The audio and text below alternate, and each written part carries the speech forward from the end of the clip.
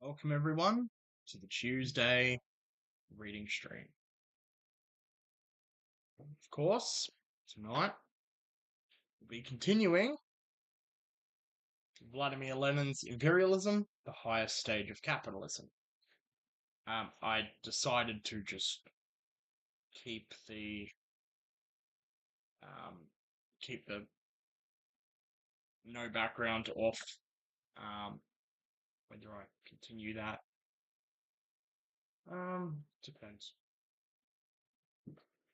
So let's get right into it. So continuing with chapter 6, the division of the world among the great powers.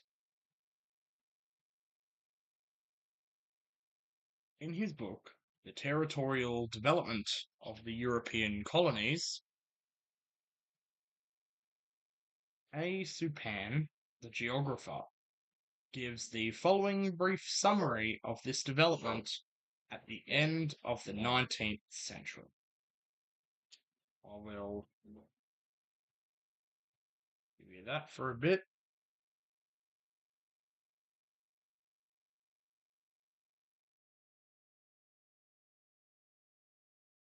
Go to the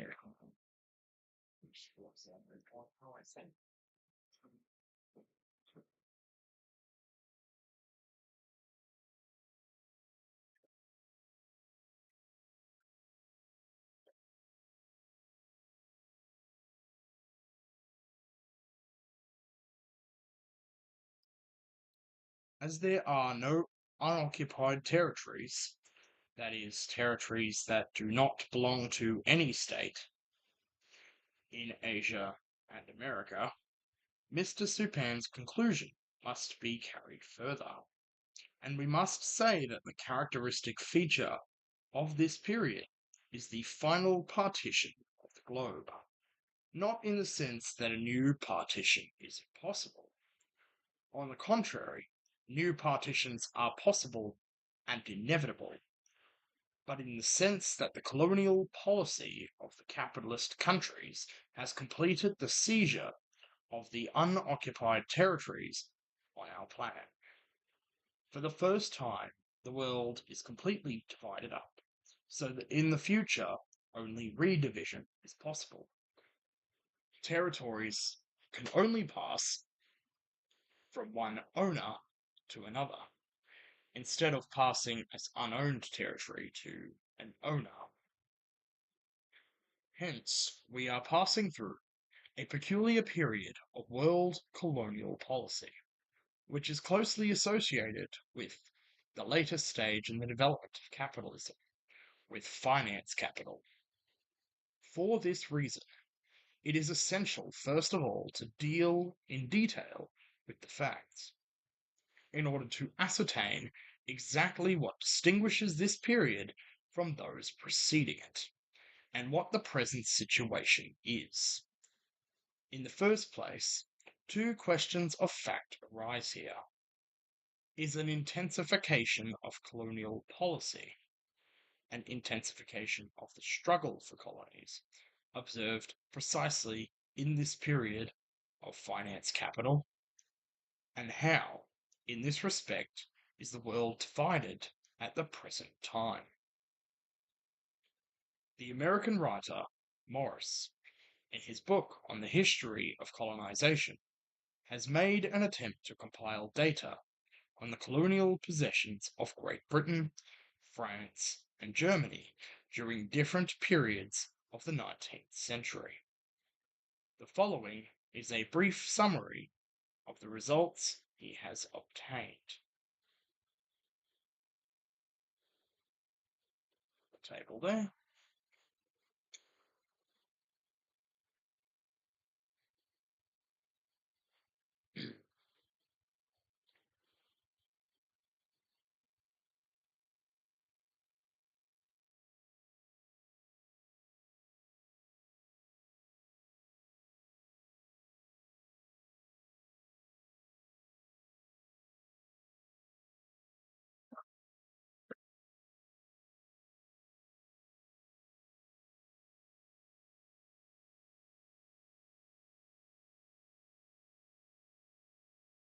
For Great Britain, the period of the enormous expansion of colonial conquests is that between 1860 and 1880, and it was also very considerable in the last 20 years of the 19th century. For France and Germany, this period falls precisely in these last 20 years. We saw above that the apex of pre-monopoly capitalist development, of capitalism in which free competition was predominant, was reached in the 60s and 70s of the last century. We now see that it is precisely after that period that the boom in colonial annexations begins, and that the struggle for the territorial division of the world becomes extraordinarily keen. It is beyond doubt, therefore, that capitalism's transition to the stage of monopoly capitalism, to finance capital, is bound up with the intensification of the struggle for the partition of the world. Hobson, in his work on imperialism, marks the years 1884 to 1900 as the period of the intensification of the colonial expansion of the chief European states. According to his estimate, Great Britain during these years acquired 3.7 million square miles of territory with a population of 57 million. France acquired 3.6 million square miles with a population of 36.5 million. Germany, 1 million square miles with a population of 16.7 million. Belgium, 900,000 square miles with 30 million inhabitants. Portugal, 800,000 square miles with 9 million inhabitants.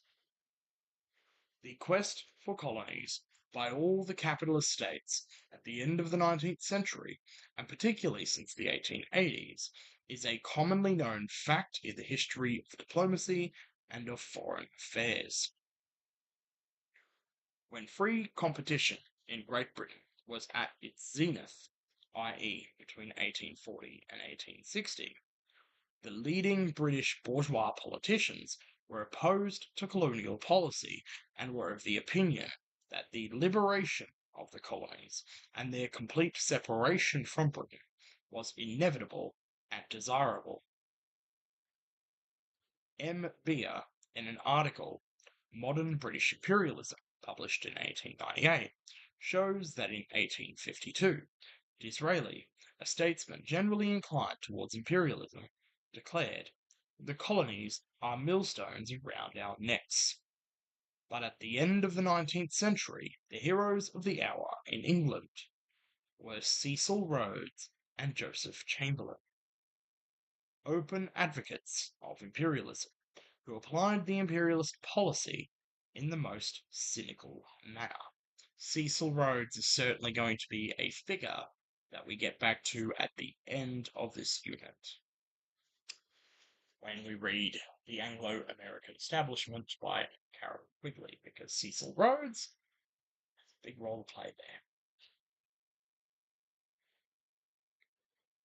It is not without interest to observe that even at that time, these leading British bourgeois politicians fully appreciated the connection between what might be called purely economic and the politico-social roots of modern imperialism. Chamberlain advocated imperialism by calling it a true, wise, and economical policy, and he pointed particularly to the German, American, and Belgian competition which Great Britain was encountering in the world market. Salvation lies in monopolies, said the capitalists, as they formed cartels, syndicates, and trusts. Salvation lies in monopolies, echoed the political leaders of the bourgeoisie, hastening to appropriate the parts of the world not yet shared out. The journalist, Stead, relates the following remarks uttered by his close friend Cecil Rhodes in 1895 regarding his imperialist ideas. I was in the East End of London yesterday and attended a meeting of the unemployed. I listened to the wild speeches, which were just a cry for bread, bread, bread. And on my way home, I pondered over the scene, and I became more than ever convinced of the importance of imperialism. My cherished idea is a solution for the social problem, i.e., in order to save the 40 million inhabitants of the United Kingdom from a bloody civil war, we colonial statesmen must acquire new lands to settle the surplus population, to provide new markets for the goods produced by them in the factories and mines. The empire, as I have always said, is a bread and butter question. If you want to avoid civil war, you must become imperialists. This is what Cecil Rhodes, millionaire, king of finance, the man who was mainly responsible for the Boer War, said in 1895. His defense of imperialism is just crude and cynical, but in substance it does not differ from the theory advocated by Messrs. Maslow, Sudicum, Potrasov, David, and the founder of Russian Marxism, and others. Cecil Rhodes was a somewhat more honest social chauvinist. To tabulate as exactly as possible the territorial division of the world and the changes which have occurred during the last decades, we will take the data furnished by Supin in the work already quoted on the colonial possessions of all the powers of the world. Supin examines the years 1876 and 1900. We will take the year 1876, a year aptly selected, for it is precisely at that time that the pre-monopolist stage of development of West European capitalism can be said to have been completed. In the main, and we will take the year 1914, and in place of Supin's figures we will quote the more recent statistics of Hubner's geographical and statistical tables. Supin gives figures only for colonies. We think it useful in order to present a complete picture of the division of the world to add brief figures on non-colonial and semi-colonial countries like Persia, China, and Turkey. Persia is already almost completely a colony. China and Turkey are on the way to becoming colonies. We thus get the following summary. So this one here.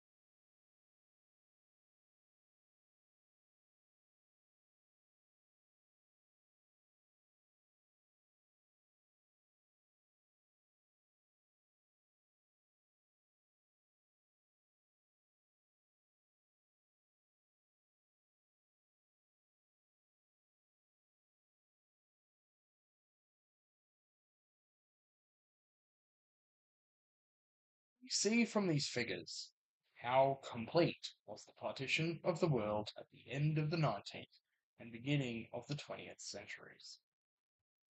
After 1876, colonial possessions increased to an enormous degree, more than 1.5 times, from 40 million to 65 million square kilometers in area for the six biggest powers, an increase of 25 million square kilometers, that is 1.5 times greater than the area of the home countries, which have a total of 16.5. million square kilometers. In 1876, three powers had no colonies, and a fourth, France, had scarcely any. In 1914, these four powers had 14.1 million square kilometers of colonies, 5 times greater than that of Europe, with a population of nearly 100 million. The unevenness in the rate of expansion of colonial possessions is very marked. If, for instance, we compare France, Germany, and Japan, which do not differ very much in area and population, we will see that the first has annexed almost 3 times as much colonial territory as the other two combined. In regard to finance capital, also, France, at the beginning of the period we are considering, was perhaps several times richer than Germany and Japan put together. In addition to, and on the basis of, purely economic causes, geographical conditions, and other factors also affect the dimensions of colonial possessions. However strong the process of leveling the world, of leveling the economic and living conditions in different countries, may have been in the past decades as a result of the pressure of large scale industry, exchange, and finance capital, great differences still remain. And among the six powers, we see, firstly, young capitalist powers, America, Germany, Japan, which progressed very rapidly. Secondly, countries with an old capitalist development, France and Great Britain, which, of late, have made much slower progress than the previously mentioned countries. And thirdly, a country, Russia, which is economically most backward, in which modern capitalist imperialism is enmeshed, so to speak, in a particularly close network of pre-capitalist relations. Alongside the colonial possessions of these great powers, we have placed the small colonies of the small states, which are, so to speak, the next possible and probable objects of a new colonial share-out. Most of these little states are able to retain their colonies only because of the conflicting interests, frictions, etc., among the big powers, which prevent them from coming to an agreement in regard to the division of the spoils. The semi-colonial states provide an example of the transitional forms which are to be found in all spheres of nature and society. Finance capital is such a great, it may be said, such a decisive force in all economic and international relations that it is capable of subordinating to itself, and actually does subordinate to itself, even states enjoying complete political independence. We shall shortly see examples of this. Naturally, however, finance capital finds it most convenient, and is able to extract the greatest profit from, a subordination which involves the loss of the political independence of the subjected countries and peoples. In this connection, the semi-colonial countries provide a typical example of the middle stage. It is natural that the struggle for these semi-dependent countries should have become particularly bitter during the period of finance capital, when the rest of the world had already been divided up. Colonial policy and imperialism existed before this latest stage of capitalism, and even before capitalism. Rome, founded on slavery, pursued a colonial policy and achieved imperialism. But general arguments about imperialism, which ignore or put into the background the fundamental difference of social economic systems, inevitably degenerate into absolutely empty banalities, or into grandiloquent comparisons like Greater Rome and Greater Britain. Even the colonial policy of capitalism in its previous stages is essentially different from the colonial policy of finance capital. The principal feature of modern capitalism is the domination of monopolist combines of the big capitalists. These monopolies are most firmly established when all the sources of raw materials are controlled by the one group. And we have seen with what zeal the international capitalist combines exert every effort to make it impossible for their rivals to compete with them. For example, by buying up mineral lands, oil fields, etc. Colonial possession alone gives complete guarantee of success to the monopolies against all the risks of the struggle with competitors, including the risk that the latter will defend themselves by means of a law establishing a state monopoly. The more capitalism is developed, the more the need for raw materials is felt, the more bitter competition becomes, and the more feverishly the hunt for raw materials proceeds throughout the whole world, the more desperate becomes the struggle for the acquisition of colonies. Schilder writes, "It may even be asserted, although it may sound paradoxical to some, that in the more or less discernible future, the growth of the urban industrial population is more likely to be hindered by a shortage of raw materials for industry than by a shortage of food. For example, there is a growing shortage of timber, the price of which is steadily rising, of leather, and raw materials for the textile industry. As instances of the efforts of associations of manufacturers to create an equilibrium between industry and agriculture in world economy as a whole, we might mention the International Federation of Cotton Spinners Associations in the most important industrial countries, founded in 1904, and the European Federation of Flax Spinners Associations, founded on the same model in 1910.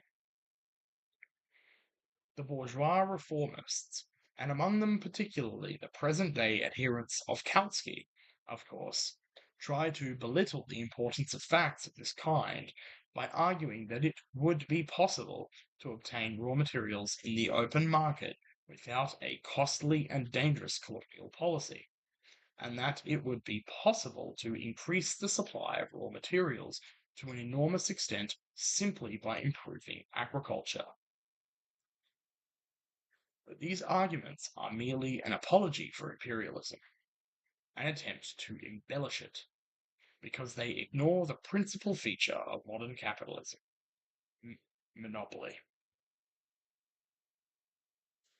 Free markets are becoming more and more a thing of the past. Monopolist syndicates and trusts are restricting them more and more every day, and simply improving agriculture reduces itself to improving the conditions of the masses, to raising wages and reducing profits. Where, except in the imagination of the sentimental reformists, are there any trusts capable of interesting themselves in the condition of the masses instead of the conquest of colonies? Finance capital is not only interested in the already known sources of raw materials, it is also interested in potential sources of raw materials, because present day technical development is extremely rapid, and because land which is useless today may be made fertile tomorrow if new methods are applied. To devise these new methods, a big bank can equip a whole expedition of engineers, agricultural experts, etc., and large amounts of capital are invested. This also applies to prospecting for minerals, to new methods of working up and utilizing raw materials, etc., etc. Hence, the inevitable striving of finance capital to extend its economic territory and even its territory in general. In the same way that the trusts capitalize their property by estimating it at 2 or 3 times its value, taking into account its potential and not present returns, and the further results of monopoly. So finance capital strives to seize the largest possible amount of land of all kinds, and in any place it can, and by any means, counting on the possibilities of finding raw materials there, and fearing to be left behind in the insensate struggle for the last available scraps of undivided territory, or for the repartition of that which has been already divided. The British capitalists are exerting every effort to develop cotton growing in their colony, Egypt. In 1904, out of 2.3 million hectares of land under cultivation, 600,000, or more than one fourth, were devoted to cotton growing.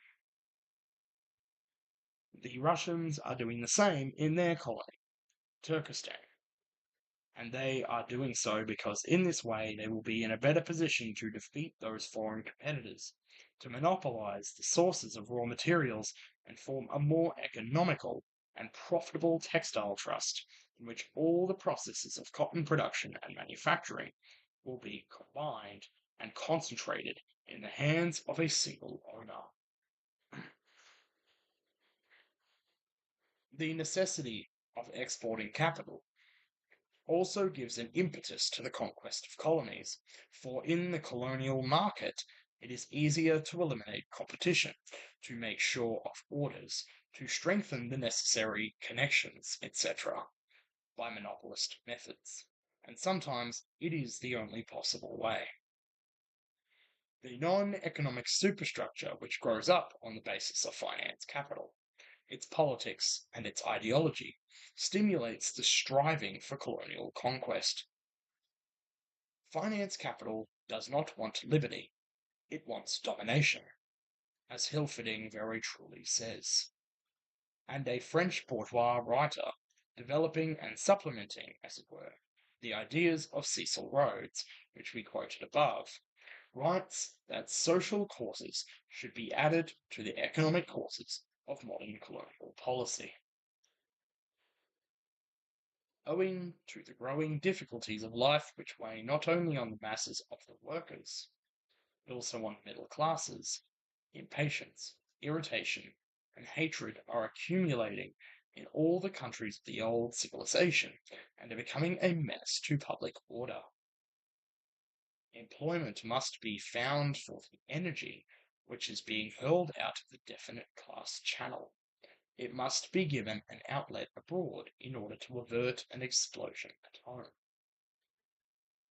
Since we are speaking of colonial policy in the period of capitalist imperialism, it must be observed that finance capital and its corresponding foreign policy, which reduces itself to the struggle of the great powers for the economic and political division of the world, give rise to a number of transitional forms of national dependence. The division of the world into two main groups, of colony-owning countries on the one hand and colonies on the other, is not the only typical feature of this period. There is also a variety of forms of dependent countries, countries which, officially, are politically independent, but which are, in fact, enmeshed in the net of financial and diplomatic dependence.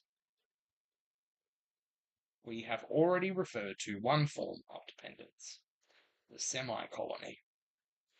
Another example is provided by Argentina.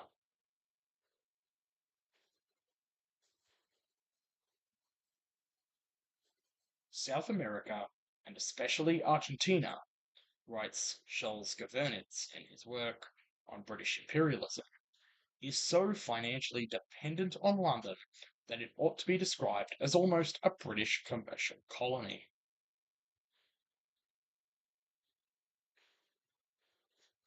Basing himself on the report of the Austro-Hungarian consul at Buenos Aires for 1909, Schilder estimates the amount of British capital invested in Argentina at 8,750,000,000 francs. It is not difficult to imagine the solid bonds that are thus created between British finance capital and its faithful friend, diplomacy, and the Argentine bourgeoisie, with the leading businessmen and politicians of that country. A somewhat different form of financial and diplomatic dependence, accompanied by political independence, is presented by Portugal. Portugal is an independent sovereign state. In actual fact, however, for more than 200 years since the War of the Spanish Succession, 1700 to 14, it has been a British protectorate. Great Britain has protected Portugal and her colonies in order to fortify her own positions in the fight against her rivals, Spain and France. In return, she has received commercial advantages, preferential import of goods, and, above all, of capital into Portugal and the Portuguese colonies, the right to use the ports and islands of Portugal, her telegraph cables, etc. Relations of this kind have always existed between big and little states, but during the period of capitalist imperialism, they become a general system. They form part of the process of dividing the world. They become a link in the chain of operations of world finance capital.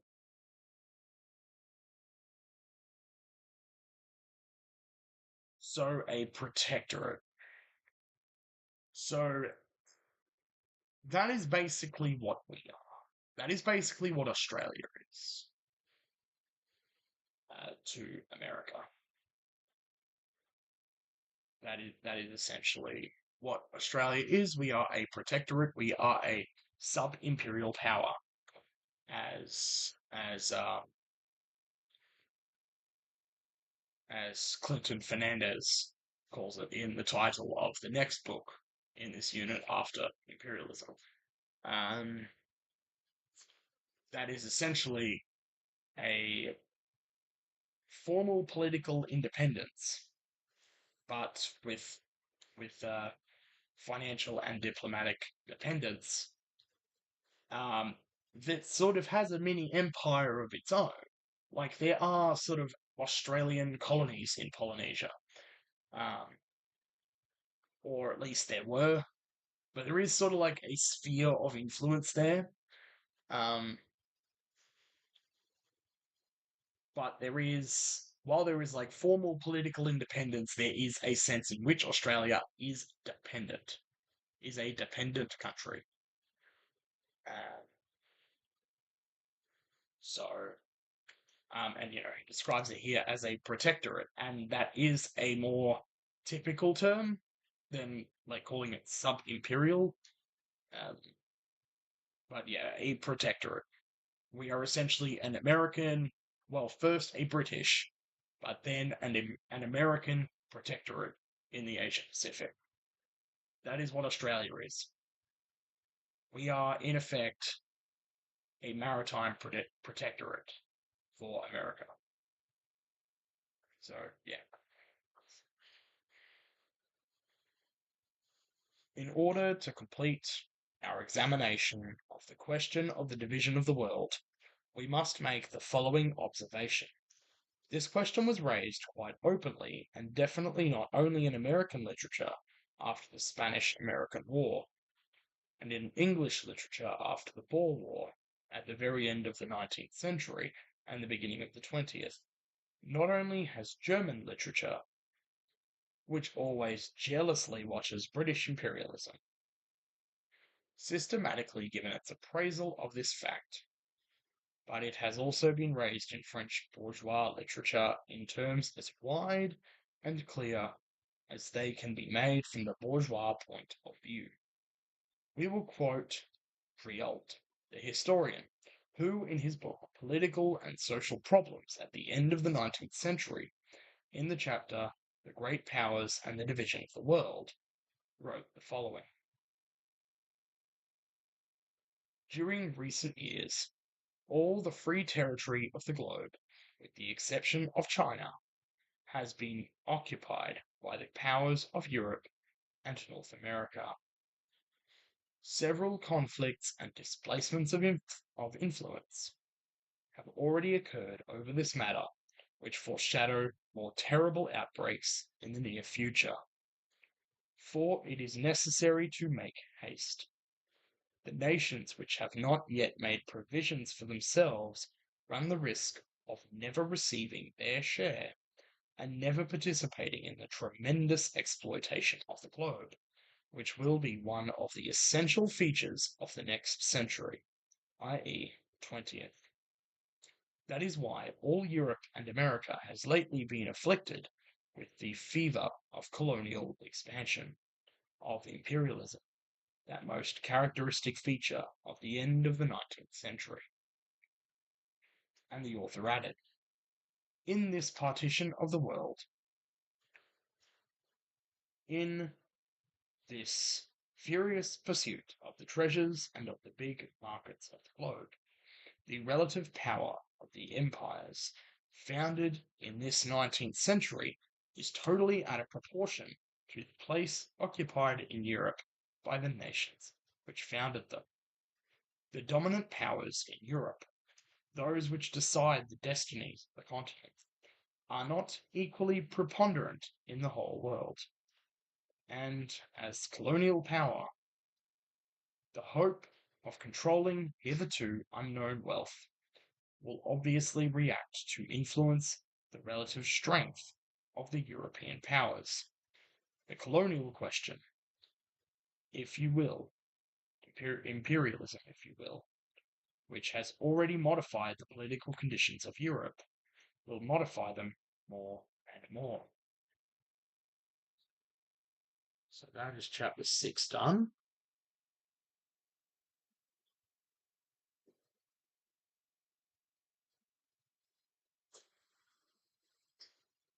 Okay.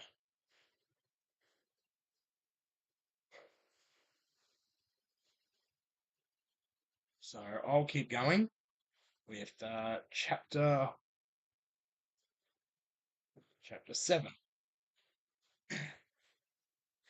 Imperialism as a special stage of capitalism. We must now try to sum up and put together what has been said above on the subject of imperialism. Imperialism emerged as the development and direct continuation of the fundamental attributes of capitalism in general.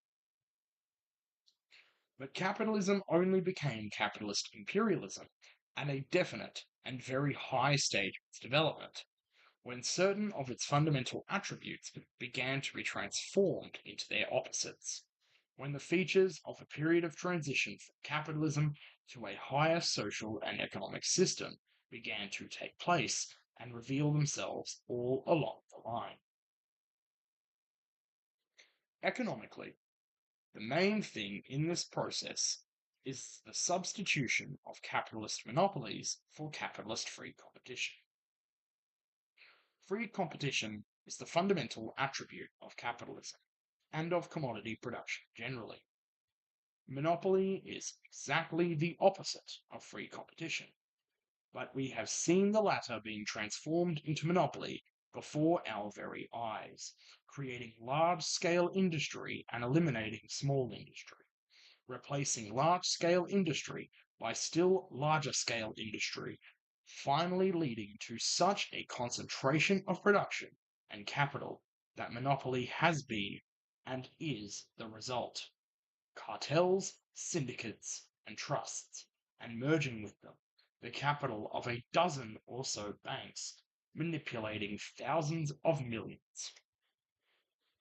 At the same time, monopoly, which has grown out of free competition, does not abolish the latter, but exists over and alongside of it, and thereby gives rise to a number of very acute, intense antagonisms, friction, and conflicts. Monopoly is the transition from capitalism to a higher system. If it were necessary to give the briefest possible definition of imperialism, we should have to say that imperialism is the monopoly stage of capitalism. Such a definition would include what is most important. For, on the one hand, finance capital is the bank capital of a few big monopolist banks, merged with the capital of the monopolist combines of manufacturers.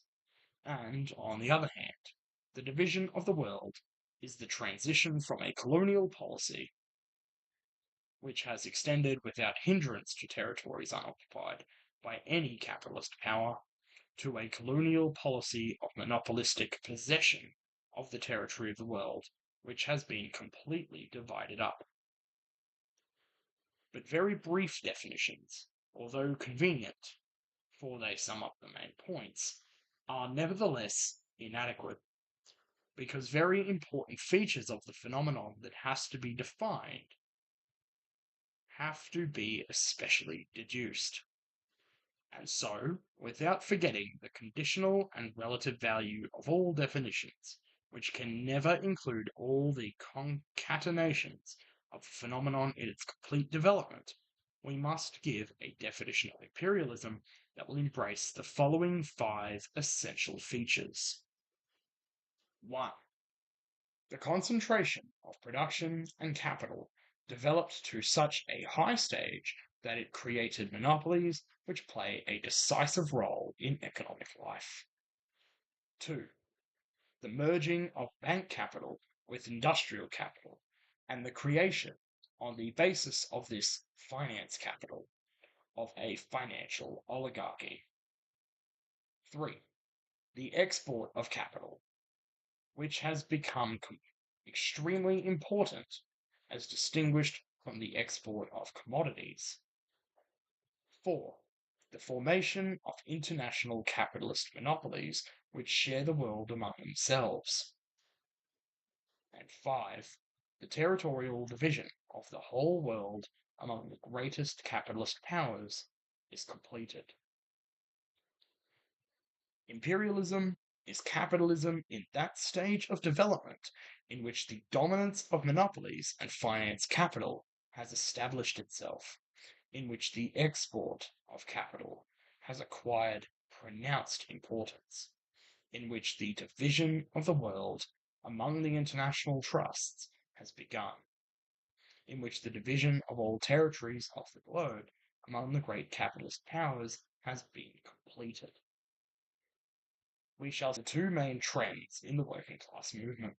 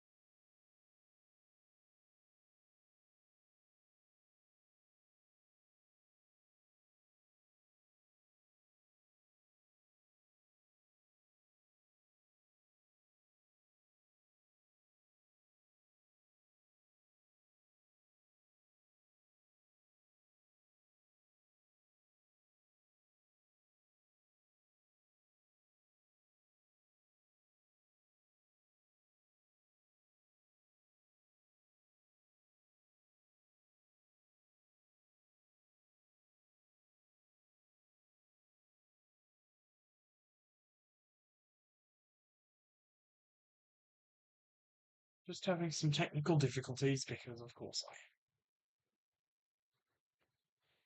don't catch a fucking break.